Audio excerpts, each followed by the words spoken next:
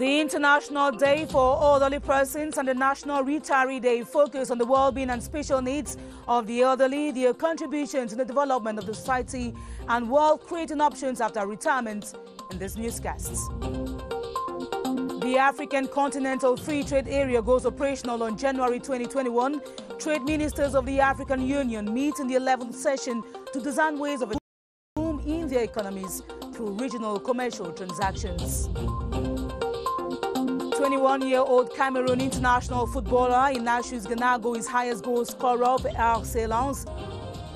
Good evening and thanks for joining us. Those were the headlines of the 7:30 news.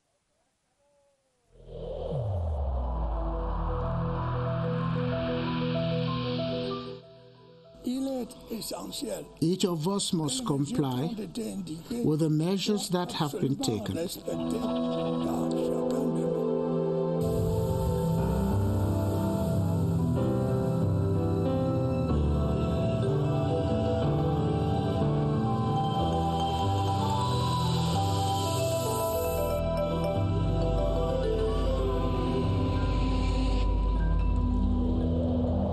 Cameroon joins the world today to celebrate the International Day for Older Persons on the theme, Pandemics, Do They Change How We Address Age and the Aging? Designated by the United Nations to focus on the well-being of the elderly.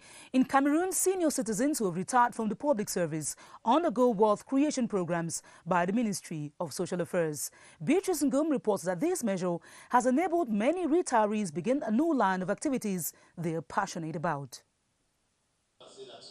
His age has deteriorated, but his CFA franc is not agree. Like some of his peers, they have tackled the problems that affect their lives after retirement by simply swapping profession. We have our own passion. Teaching, being a consultant somewhere, retirement is not the end of the life. Retirement for them is not seen as a fatality. They were briefed psychologically on how to embrace senior citizenhood. Try to tap some of the experiences that they have that are like lying fallow when they are in active service to reactivate them. Today they put their wisdom to use in fields that permit them fight hunger and poverty. Initially I thought that you could get another career in agriculture, but I soon realized that it was too late for me to engage that. I am doing things educational-wise. I also do translation from time to time. Understanding the challenges of retirement also means supporting them throughout. In the case of agriculture and fish farming, they are given seedlings or fingerlings in the case of fishing so they can start up their projects. Living a dignified and independent life is possible at retirement for those who think retirement from the first day of work. According to the World Population Prospects, the number of persons aged 65 or over could rise from 40 million to about 70 million in 2020. It is thus imperative that governments adopt policies which consider who have contributed to the functioning of society. The Ministry of Public Service and Administrative Reform, as well as the National Social Insurance Fund, have been paying attention to this, as we hear in this report by Constantine Bum. The last 10 years have seen major reforms taken by the government that directly have an impact on the life of pensioners. The National Social Insurance Fund is one of the institutions that takes care of the retirement benefits. They have reduction on their medical care in the hospital of 50%. They have the opportunity to take some foods items at a low rate according to the market. They have also the opportunity in some pharmacies to take their product on credit. Some who have even asked for phones, they have assisted them to have the phone. With the phone, retirees can get their benefits today anywhere at their choice. Now you can walk and take your retirement in Boya, and you are maybe from far north, can deposit your file in Marwa, they will treat and pay you. The Ministry of the Public Service and Administrative Reforms coordinates some of the amendments for senior citizens. The MINFOPA is just accompanying the other ministry in elaborating, in processing the acts of career for those who will go on retirement. Pensioners have served their country and people for many years. It is just right for them to get their deserved benefits. The Day for Older Persons is also intended to increase awareness and appreciation of the role of the healthcare workforce in maintaining and improving the health of older persons. In today's context, where the aging are mostly affected by the coronavirus, the Minister of Social Affairs, Pauline Irene, outlined some of the actions taken for their survival. Take a listen. The government of Cameroon has taken a certain number of measures, not only to give a more global response to the different problems that aging poses, but also to anticipate on those to come and whose consequences might be harmful on the harmonious development of our country and the well-being of older persons. On to education, barely days to the start of the 2020-2021 school year, the ministers in charge of the different levels of education in the country have been communicating on the measures which will keep the coronavirus at bay in the school milieu. At the joint press conference with the Minister of Communication and Government spokesperson Rene Emmanuel Sadi, they dwelled on the two-shift system and distance learning options. Alice Mbaye tells us more. The measures taken by the government to assure adhesion of the COVID-19 so that all the appropriate barrier measures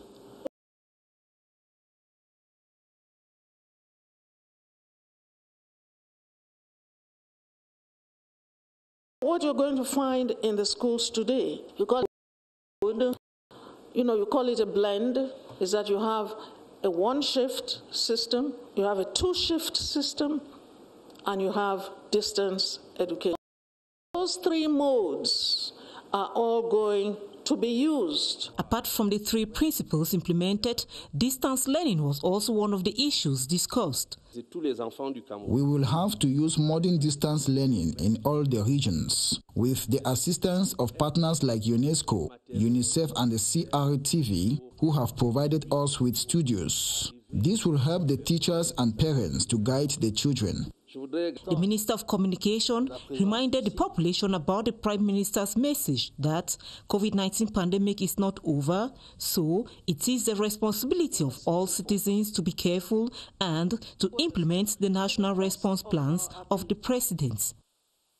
To meet the needs of pupils and the education community in Young and Fumo Division in the Central Region, didactic materials have been delivered to 80 schools. The Mayor of Ayos, Paul Ndongo-Biko, handed over the minimum package, which is in line with the no decentralization order that warrants the Ministry of Basic Education to allocate funds for teaching aids to local councils. Beatrice Losamba has the details. School-ready supplies that represent a world of opportunities for grassroots children, and there could be no better time on the eve of the start of the academic year. This time around, we've received our minimum package in time, which has not always been happening in the previous years. At least it is going to permit us to cope with the academic year. The minimum package for maximum use by teachers of qualifying schools in Ayos in the Nyong and Fumo division came in this time through the hands of the council's mayor, Paul Ndongo-Biko, respecting prescriptions of the new decentralization era. The mayor added a personal touch, offering to not just government but private schools. Next week we'll be starting schools, classes will begin.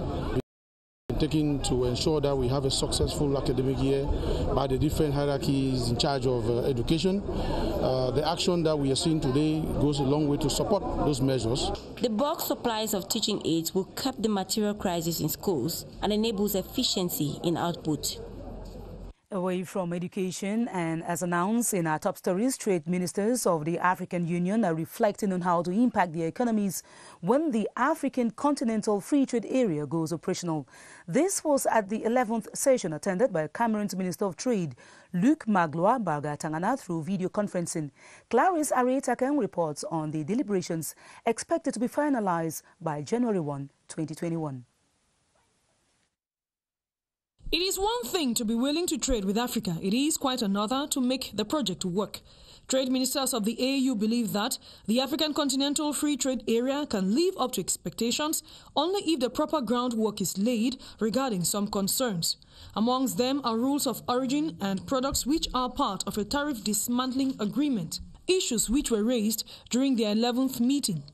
With barely 3 months to go before the African Free Trade Bloc goes operational, a consensus will be required from states in order to meet up with a time frame. We have to, to accelerate the notification of, our offer to access to the market. And on that issue, African Commission Union, until now, have received only 7 offers from 12 countries. Among them, the 6 countries from CEMAC. With the upcoming appointment of the Director General of the World Trade Organization, the African Ministers of Trade gave their backing to the Nigerian and Kenyan candidates. Taxes will henceforth be paid by Cameroonian enterprises who carry on online advertisements. The value-added tax, fixed at 19.25%, will be deducted from commercial transactions on goods and services done through platforms like Google, Facebook and Amazon. Luma Slim Davies reports on how the regulation will be done and its possible impacts. The new telecommunication technology has facilitated several operations in the world, thereby making the world a global village in very practical terms. With this technology, it is now possible to buy and sell goods and services online. However, while operators in the sector have been selling and advertising free of charge online, as from 1st October 2020, 19.25% will be paid as tax by enterprises that advertise products online.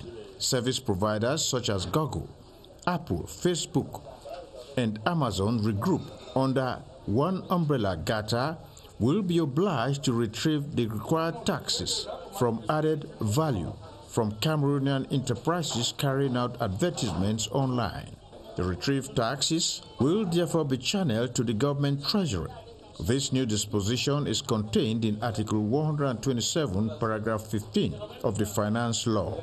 A time lapse was, however, necessary to allow enterprises advertising online to make necessary adjustments and prepare their clients. The people of Ntun and Gulmekon villages in Mefu and Akono division have reached an agreement with the Electricity Development Corporation, EDC, to allow the passage of power supply from Menvele through their villages to Yaoundé. The EDC Director General, Theodore Sangu, met with the traditional rulers and administrative authorities today to resolve pending indemnization squabbles. Luma Slim Davies once again. The population of Ntun and Gulmekon villages in the Mefu and Akono division have a long-time disagreement with the Electricity Development Corporation, EDC. It was therefore necessary for the Director General of the EDC, Theodore Sangu, to meet the people for a settlement. We are now sure that the project, the network, the high voltage line move forward. Crossing this village, rural electrification is done now by EDC, and they want indemnization. I take full commitment to follow these documents. In 15 days, we have light in Ntun. The bone of contention is the payment of compensation for village lands to allow for the passage of electricity, energy from Menvele through these villages, passing through Nyong and So, Mefu and Akono, and Mefu Afamba to Yaoundé. The addition of this electricity energy will make up for the full capacity of 216 megawatts Yaoundé needs. On electricity development, the boss of the electricity transportation company, Sonatrol, has been evaluating maintenance work on the transmission lines between Yaoundé and Edea. The Director General said the works launched 3 months ago aim at keeping the transmission lines safe and averting all packets in the neighboring localities. Beatrice Ngum was there and now reports. They braved all odds only to make sure Cameroonians have a steady supply of electricity in their homes. A team from the electricity transportation company Sonatrol, led by its boss within the operation to maintain the transmission lines, has visited maintenance work on the 225 kilovolt Edea Yaoundé and 90 kilovolt Edea Yaoundé lines. Nous sommes ici à la ligne 225 We are at the 225 kilovolt line in Sanaga Maritime. If a tree falls on this transmitter, there will be disturbance in energy transmission. Work on this line started 3 months ago. Its installations are being protected from the heavy rains and tall trees with the use of bulldozers. It is the first time we are working on this corridor using heavy machines. Any foreign body that touches the line affects the functioning of the entire network, hence no light. Experts say a fallen tree on a transmission line can cause load shedding on the entire transmission network. Qu'on nettoie bien les corridors de ligne pour que la végétation n'entraîne pas des déclenchements. We have cleaned the vegetation close to the power transmission lines. We have opened up access roads to permit us intervene promptly. And lastly, big trees are uprooted so that they don't fall and destroy the transmission lines. The Electricity Transportation Company wants to ensure a steady electricity supply network, and it intends to visit all other electricity transmission lines across the national territory. A move intended to identify all problems that can affect electricity supply and sort them out before the major continental events Cameroon will host beginning 2021. In continuation of our series on the potential of bamboo, we zoom in tonight on some of the products found on the Cameroonian markets that are made of bamboo. From textile to cosmetic and edible products, Ewane Pole presents some of the most exciting you can pick from the perennial plants. In recent years, different technologies have been developed in Cameroon using bamboo fiber to make a wide range of textile and fashion outfits. We compose clothes with bamboo to decorate the dress. Consumable products are also made out of bamboo. We enrich our pepper with bamboo extract and our juice with bamboo juice, the tea of young leaves of bamboo. This product reinforcing the ticks and then he whiten. These products are of great economic value to Cameroon. It's time to tell the government that the bamboo is the new opportunity God gives in Cameroon to develop all the. Common bamboo is a source of income if well exploited. In diplomacy, Cameroon's candidate for the post of Secretary General of the International Civil Defense Organization has been presented to the diplomatic community. Mariatu Yap is the country's choice, and she is the current Director of Civil Protection at the Ministry of Territorial Administration. Charles Ebune profiles the candidate. Here at the Hilton Hotel, government officials, members of the diplomatic corps, gather for the presentation of Cameroon's candidature to the post of Secretary General of the International Civil Defense Organization with headquarters in Switzerland. It will be the first time that this organization maybe will have at the Secretary General of ICDO, International Civil Defense Organization, a lady. To present Cameroon's candidature approved by President Paul Biya for the post of the Secretary General of the International Civil Defense Organization are two government officials providing two key speeches, one from the Minister of Territorial Administration, Paul Atanganji, and the other from the Minister of External Relations, Lejeune Belambela. I will face two men. Cameroon's candidature to the post of the Secretary General of the International Civil Aviation is on this lady. Currently, she is the Director of Civil Protection at the Ministry of Territorial Administration.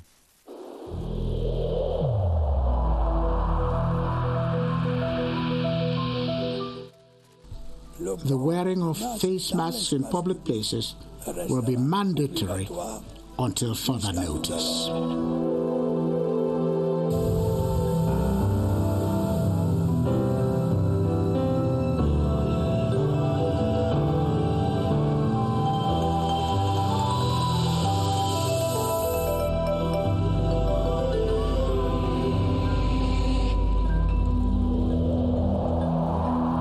Persons tested positive for the coronavirus in Cameroon are being catered for in specialized isolation treatment centers set up by governments in the 10 regions of the country. They are attended to by specialized health professionals who ensure that proper treatment and follow-up are administered. But just how are asymptomatic patients handled during the spread of the pandemic? Baldwin Sama and his guest, Dr. Joseph Fokam at the Public Health Emergency Operations Center, provide answers. Hello, Baldwin. You equally tell us that about 20,924 persons are so far being tested positive for the coronavirus.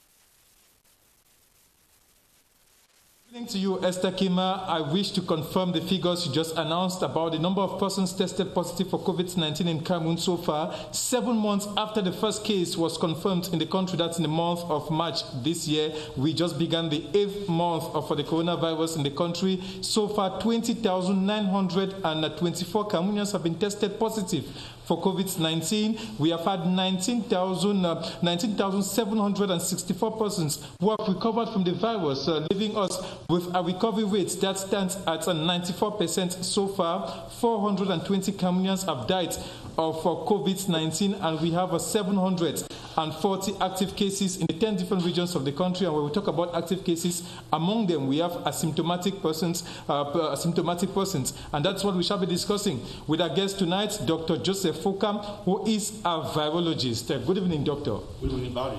How are asymptomatic patients or persons in Cameroon, when we talk about COVID-19, how are they managed? Yes, first of all, Barry, when we talk of asymptomatic case, this is somebody who is infected with coronavirus. He carries the virus, but he has no clinical symptom. He has no clinical sign. So he is apparently normal, but he has a positive test for coronavirus. On the other hand, also, an asymptomatic case can be a pre-symptomatic patient who is still at the very early stage of infection and might become symptomatic subsequently. So what we have also realized is that in Cameroon, we have currently about 90% of those who are positive are asymptomatic cases. And among these asymptomatic patients, the majority of them have a very high viral load. So they can transmit the virus in the community even though they don't present any symptom. And if they transmit this virus to those who are at high risk, those people are going to develop coronavirus disease, and they may get sick. They may also have a high risk of mortality. That's why when we have a positive case actually in Cameroon, we try to verify if you are symptomatic, we treat. If you are asymptomatic, we make sure you should stay on confinement such that you may not transmit the virus to the others. And this is what we need currently to make sure we should be able to control the virus effectively in our context. Thank you so much, Dr. Joseph Fokam, for being a guest this evening. Just to remind our viewers for the figures tonight, 20,924 Cameroonians tested positive for COVID-19 in the country so far. We have 19,764 persons who have recovered from the virus, leaving us with a recovery rate of 94% in the country. Since the month of March, 420 Cameroonians have died of COVID-19, and we have 740 active cases existing so far. Back to you, Esther Kima. Thanks very much, Baldwin Sama, for the updates and for the precautions to be taken. In our Thursday of the regions, we'll take you to the North region, where inhabitants of Garua are experiencing an increase in the prices of cereals like corn, which is highly consumed by the population. Experts attribute the price hike to the scanty rainfall, which has immensely affected production. Vanessa Snamong presents this preoccupying situation in the North region. Corn fufu is an indispensable meal for most households in the north. But since the beginning of the rainy season, this cereal is now sold at an overwhelming cost. Corn wheat used to be sold at 15,000 in 2 weeks. The price has climbed to 22,000. According to officials, the increase in the prices of cereals in Garua is due to the lack of sufficient rains in the last farming season. The scarcity of rains is due to climatic change, which also greatly impacts the growing of crops. A phenomenon which officials think might lead to a food shortage in this part of the country if nothing is done. In order to address this shortage, a number of measures have been taken to ensure that farmers have ample stock of cereals in times of climate change. Besides the cereal storage facility created by the state in 1975 to supply cereals to farmers, the distribution of improved seedlings are also carried out. Wilson Mengoli reports. Training farmers on when and how to plant, as well as the distribution of improved seed variety, are some of the actions by the government to support producers and to permit them have enough cereals to meet the demands of the population and ensure food security. Nous avons eu à distribuer des semences améliorées de maïs. This year in the North region, we have distributed improved maize seeds. We distributed 50 tons. We also distributed 26 tons of rice, and now we are accompanying sorghum farmers. That is sorghum grown during the dry season. Though production this year in the North region has been affected by the low rainfall and dryness, officials of the region sound optimistic as officials work with farmers to have enough production of sorghum, maize, and rice. The cereal storage facility, created in 1975, also makes sure that they have plenty in the warehouse. A landslide caused by heavy rainfall has led to the death of a 9-year-old in Sisia neighborhood of Bamenda. 3 other persons in the family also sustained injuries. The senior divisional officer for Mizam and the Bamenda city mayor, who were at the side, have asked inhabitants of the risk zone to quit in 24 hours. Karin Tosam has the details. Une enfant âgée de 9 ans est morte dans cette catastrophe. Ses parents et ses frères blessés par la destruction de leur habitation auraient pu subir le même sort si les voisins n'étaient pas venus à leur secours. Le drame se déroule le 29 septembre au crépuscule après de fortes pluies. As you must have corrected, that was the same incident, but that report was in the French language. We'll now take you to sports. Cameroon's indomitable lion, 21-year-old Ignatius Ganago, who plays for French Division 1 outfit RC Lens, is the best goal scorer of the French League 1 Championship. He scored 4 goals in 5 encounters and has been applauded for his tact and style. Romeo Kenny reports on his performance. Mal assuré, ballon récupéré par Ignatius Ganago. A goal machinery he is in his French top-tier side Lens. Cameroonian international Ignatius Ganago in a 1-1 tie on match day 5. We conclude with this press release from Elections Cameroon. The chairperson of the Electoral Board, President of Elections Cameroon, informed stakeholders of the electoral process that on Friday, the 2nd of October 2020, as from 11 a.m. at Elections Cameroon's headquarters, the Electoral Board shall publish the list of accepted and rejected candidates in view of the election of regional councillors on the 6th of December 2020. It is signed by the chairperson of the Electoral Board, Eno Abrams Egbe. At 8:30 p.m., you'll be in the company of Romeo Chwese. Tomorrow at 7:30 p.m., Ben and Bumagana will be your host. Have an awesome weekend. Thanks for watching. Good night.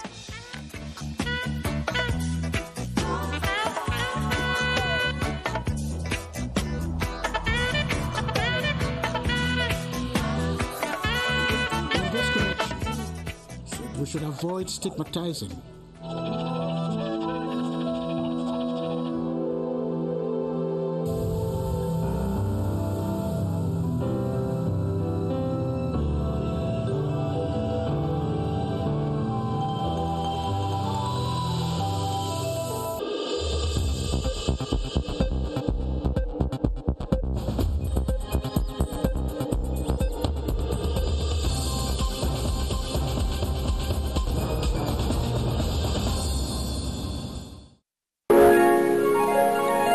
CRTV News, ici, toute l'info.